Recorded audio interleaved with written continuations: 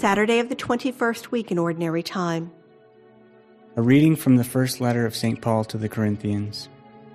Consider your own calling, brothers and sisters.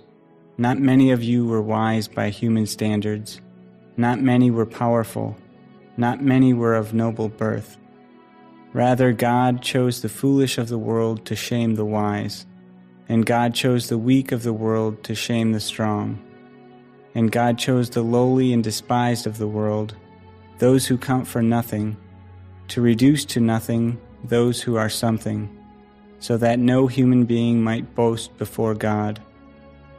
It is due to him that you are in Christ Jesus, who became for us wisdom from God, as well as righteousness, sanctification, and redemption, so that, as it is written, whoever boasts should boast in the Lord.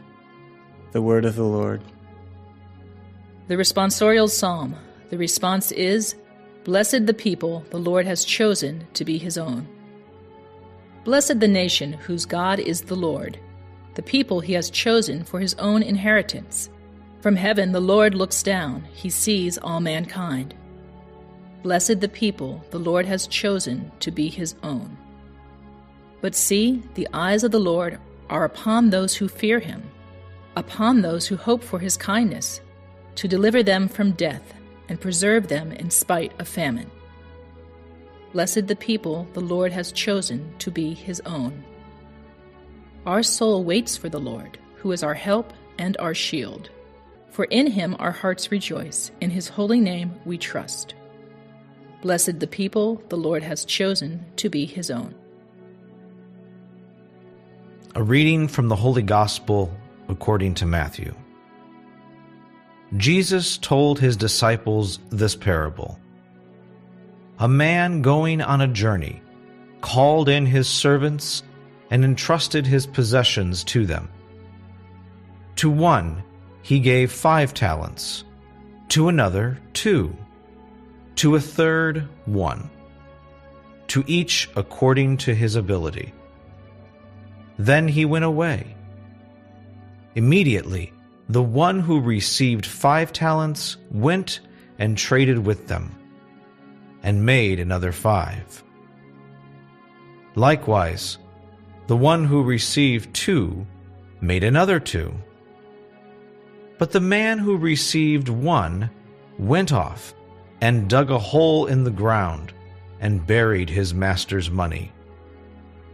After a long time, the master of those servants came back and settled accounts with them. The one who had received 5 talents came forward, bringing the additional 5. He said, Master, you gave me 5 talents. See, I have made 5 more. His master said to him, Well done, my good and faithful servant. Since you were faithful in small matters, I will give you great responsibilities. Come, share your master's joy. Then the one who had received 2 talents also came forward and said, Master, you gave me 2 talents. See, I have made 2 more. His master said to him, Well done, my good and faithful servant. Since you were faithful in small matters, I will give you great responsibilities. Come, share your master's joy. Then the one who had received the 1 talent came forward and said, Master, I knew you were a demanding person, harvesting where you did not plant, and gathering where you did not scatter.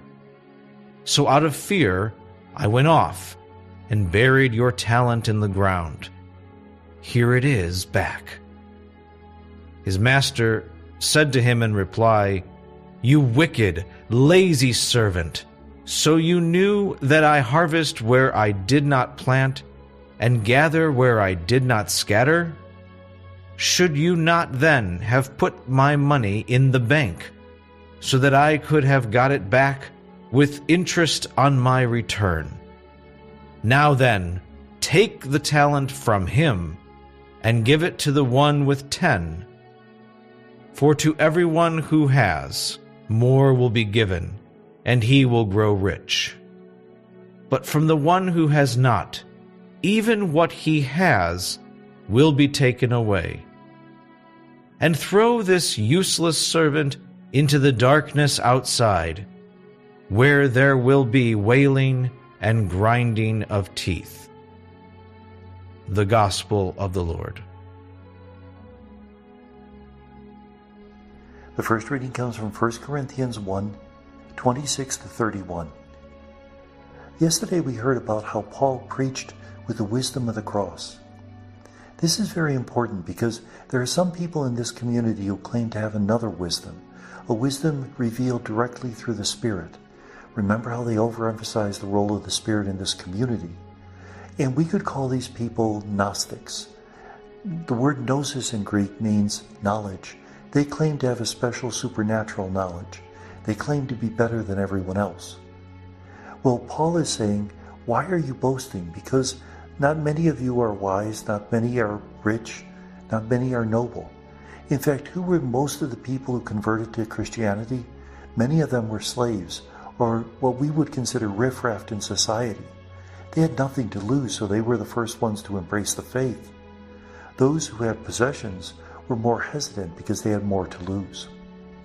And isn't that true today? Sometimes it's the simple people who have the strongest faith because they have to hold on to Jesus, but for the grace of Jesus, they're not going to make it. The Gospel is from Matthew 25, 14-30. This is yet another parable about the end of the world and its judgment. A man's going on a journey, and he gives talents to his various servants. One 5 talent, another 2, another 1. Now a talent is somewhere between 75 and 110 pounds, so this is a lot of precious metal, whether it be silver or gold. The ones who receive 5 and 2 invested. The one who receives 1 buries it in the ground because he's afraid of losing the investment and receiving the anger of the master. When they come back, those who have invested it and have earned a good amount are rewarded by their master.